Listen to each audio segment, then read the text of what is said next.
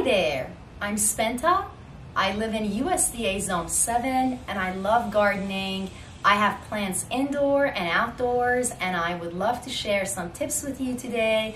I hope you like, comment, and share. And remember to subscribe if you haven't done so. Again, I'm Spenta and I wish you a beautiful day and thank you for watching my share.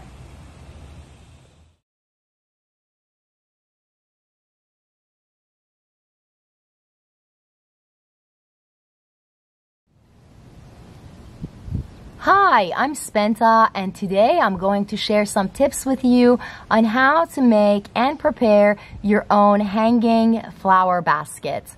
Today I have some geraniums that are seed geraniums, some mint julep geraniums, and a sweet potato ivy that I'm going to plant in this planter. And I'm going to also use peat moss to fill this planter up. I have had the best of luck with peat moss when it comes to hanging baskets. Let me get started. The good thing about geranium is that geranium is an upright plant, so it will grow upright. However, sweet potato ivy, sweet potatoes right here, it actually grows all over the place, so it's a really good idea for a hanging basket. It would be a good centerpiece for me, so that's what I'm going to do, is use it as a centerpiece.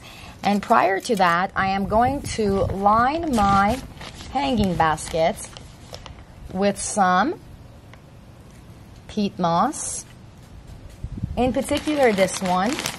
And you can use a slow release fertilizer after you have planted your flowers here.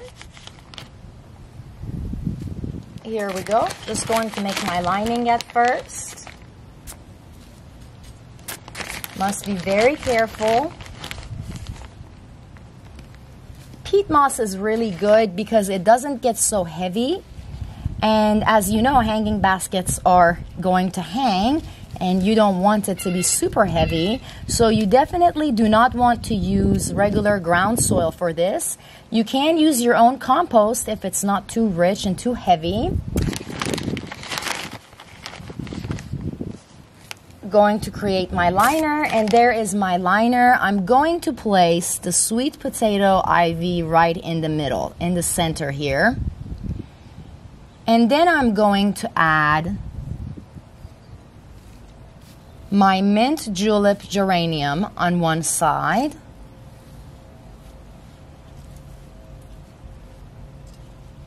And be careful on how you position your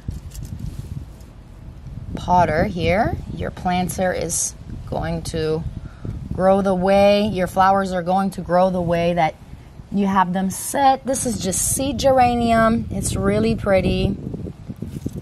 Again, an upright plant, unlike the sweet potato vine. The sweet potato vine is so gorgeous. I have it at other places in my backyard. Now I have it in ground. Sweet potato vines are gorgeous because they produce purple flowers. Really, really cute. Let's see if I can rearrange and arrange to the way that I need this potting basket to sit. There we go. And now I'm going to add more soil to it. After I complete adding my soil, I'm going to water my planter.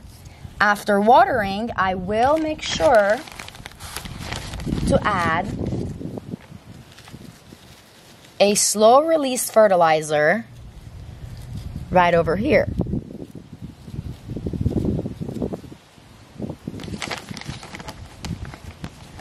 There we go. As long as I'm careful. As long as I'm careful. And this is really light soil. I know some people that use perlite in their hanging baskets. I haven't used that. I've just had really best of luck with the peat moss. There is potting soil. You can use potting soil. Potting soil sometimes has slow release fertilizer in it. So you need to check all of those out. You need to make sure that if your soil has fertilizer in it already, is it enriched with fertilizer or not? And that does matter. that does make a difference. The soil I'm using is really, really good and does really well with an Osmocote for flowers and veggies. It's slow release, so it lasts up to 8 weeks, somewhere around 8 weeks for me and my plants. I love my small handheldy shovel. That shovel is done me so many favors. And another thing I like about the shovel is it has measurements on it, so that makes it good. Make sure that your plants are snug. You don't want to leave space in between them because you want them to grow the way you want them to grow. You don't want to overcrowd them either, so keep that in mind. Earlier on this season, I checked out some hanging baskets and they were very pricey. So I decided I will be making my own hanging basket this year out of annual plants, as you see. Seed geranium again, right here, sweet potato vine. And I have mint julep geranium. If you're just now joining me, I'm making a hanging flower basket. I'm Spenta. I live in USDA Zone 7. If you haven't subscribed, please take a moment to do so. And I thank you so much for watching my share. I hope you're learning something from my video and are able to make your own hanging baskets, because it does save money in the long run. In particular, if you are planting annuals, if you planted annuals from seeds. Annuals do not come back next year. I grow a lot of perennials in my actual garden, so I'm a perennial gardener, perennial and evergreen landscaper. So usually I don't make annual planters. However, I have annual flowers because I save seeds and I grow produce all year round. So that also requires seeds, such as onions or okra. Okra and peppers are so delicious, though they do not do great in my area. They will not come back the next year. You could always use greenhouses. You could always use a small greenhouse or create your own greenhouse and bring your potters in. They would make it that way and into the next season.